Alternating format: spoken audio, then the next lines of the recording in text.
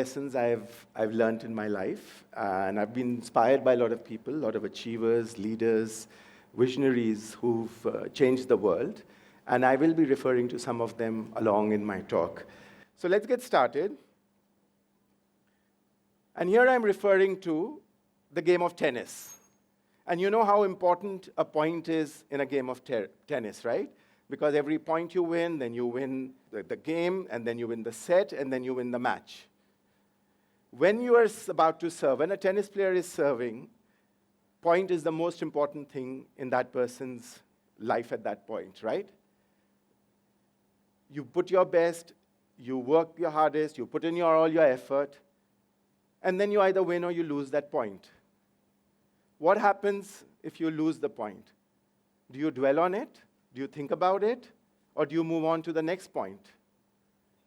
The real metric of someone who needs to succeed is to treat a point as only a point. It's just a point. Overcome that and focus on the next one and next one. And it's the same with life. There will be setbacks, there will be failures, there will be times when you feel, oh God, I've lost it. But you cannot dwell on that. You have to move forward. You all know Roger Federer. He's often referred to as the GOAT, the greatest of all times in the world of tennis, right? In a career spanning almost 25 years, he's played over 1,500 professional matches. He's won almost 80% of those matches.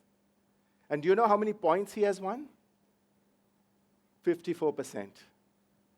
So when the best in the world is losing almost half the points which he plays, it tells you a lot about overcoming failures and setbacks and focusing on the next opportunity, focusing on the larger game, and bouncing back from failure.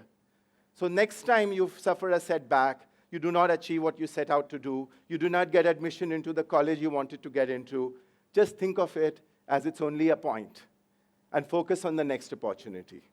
So that's a very, very important lesson I hold very close to my heart, and I encourage all of you all to treat each setback as only a point and focus on the larger game. Kiss. Now, I do not expect all of you all to start falling in love with each other and start kissing each other. This kiss is a little bit different. This kiss is keep it simple, stupid. What does that mean? When I was growing up, information was scarce. Everything you had to go to a library, dig out some books, search, spend hours trying to find that right information. What is the case today? Information is available at our fingertips. Everything is there. There's so much information that we don't know what to do with that information. In this complex world, the key is to simplify, simplify, simplify. Cut through the clutter. Simpler and easier is one of the best approaches, but it's not an easy approach. And it's one of the most difficult things. You fall in love with the features and the benefits, and let's put this, let's do that. But at the end of the day, if you're able to cut through that and just focus on your core message, it's very, very difficult, but if you achieve that, just follow this KISS principle. Like one renowned author famously said, I apologize for sending this long letter. I did not have time to write a short one. That's all about KISS. More is caught than taught. What does this mean? And this is especially to all the teachers and the parents here, because we really like to, lecture and talk about do this and do that and keep your room tidy. But if you see your parent or your teacher then going out and littering the streets, what does that tell you? You will do what you observe them doing. You will not do what they are saying. Like they say, talk is cheap, unless you walk the talk. Especially moral values, societal norms, they are all learned through observation. What you see, you will do. What you hear, you will ignore. More is caught than is taught. Building on that theme, what you think, you become. What does that mean? Thoughts shape reality. So, why is lion the king of the jungle? Is it the tallest? No, giraffe is. Is it the largest? No, the elephant is. Is it the fastest? No, the cheetah is. Is it the smartest? No, maybe the fox is. But then why is lion the king of the jungle? Because it thinks and it believes that it is the king. And soon that translates into others thinking and believing. And that's how lion became the king of the jungle. It's as simple as that. Your mind is very, very powerful. In fact, your brain listens to thoughts as if those are instructions. So if you are talking to your brain and saying, I can do that, I'm capable, I will be able to achieve that, your brain and your body and your mind, everything will work towards making that happen. And similarly, if you say, no, this is too difficult, it's tough, I cannot achieve it, you won't be able to achieve it. So your mind is where the change happens. So when you want to rise to the top, often there will be options, right? You can take an elevator, lift to the top, or you take the stairs. My life experience has shown that there is no elevator to success. There is no shortcut. There is no easy way. It is all about hard work, patience, consistency. You have to make the effort. You need to have the discipline. You need to put that commitment. It's slow and it's tiring and it's difficult, but you have to take the stairs. It is step by step to reach the goal. There is no shortcut. One of the things I feel a little sad in our country is that we are very ashamed of failure. We are very scared of failure.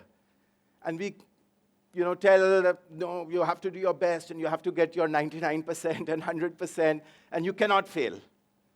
But if you see some of the most successful, innovative, prosperous countries and companies in the world, they actually inculcate a culture of risk-taking.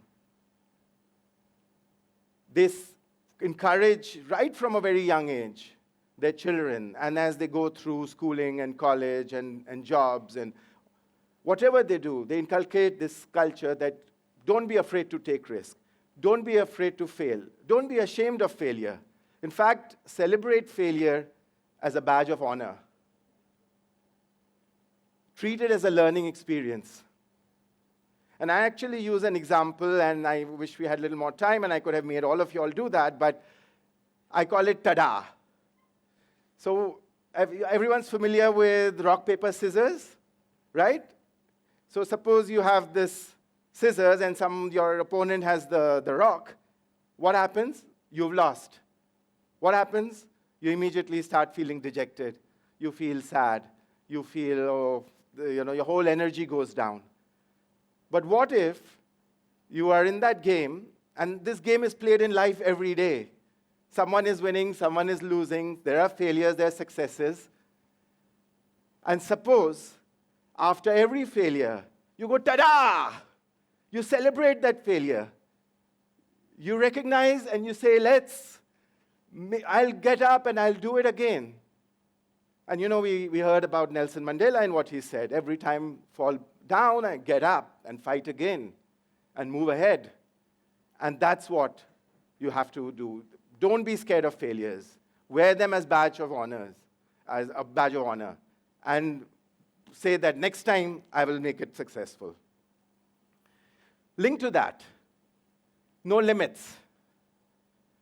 When you are thinking of goals and what you want to do, don't think small.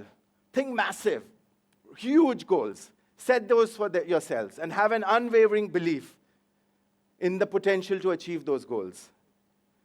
And be open to unlimited growth and possibility which exists. Usain Bolt, 100 meters, 200 meters, I'm sure all of you all are aware, he's broken all kinds of records. And he broke world records year after year after year. And he thinks no limits. He doesn't think that this is what the world record has been for so many years and no, I can't break it. He thinks there is no limit. And that's how he made it possible. What's impossible? Even the word says, I am possible. Adidas puts it very nicely in their slogan, impossible is nothing. So if you have that attitude and you say, there's no limit to what I can do, what I can achieve, obviously you need determination and hard work and belief, but do not set limits. Just get on. Okay, this again sounds similar to Nike's Just Do It, but it's a little bit different. So if you're offered a seat on a rocket ship, will you ask which seat? Or will you just get on? Right? So this is about grabbing opportunities, seizing those life-changing moments, which can result in rapid and transformative growth and success. So do not overthink. Don't ask which seat. Don't let your fears and doubts stop you. Just embrace uncertainty and get on. Have a bias for action. Step into the unknown. Linked to that is how do you create the future? The best way to predict the future is to actually create it, right? Don't wait for it to unfold. Design your own destiny. In India, we often believe, oh, it's written in my palm and that's what's going to happen in my life. And your destiny is not in the open palm. It's actually in your fist. It's actually what you go and do with it. And that's what becomes your future. You can create your own future. Be the change. Think outside the box. No one told Steve Jobs that I need an iPod, or I need an iPad, or I need an iPhone. These things did not exist.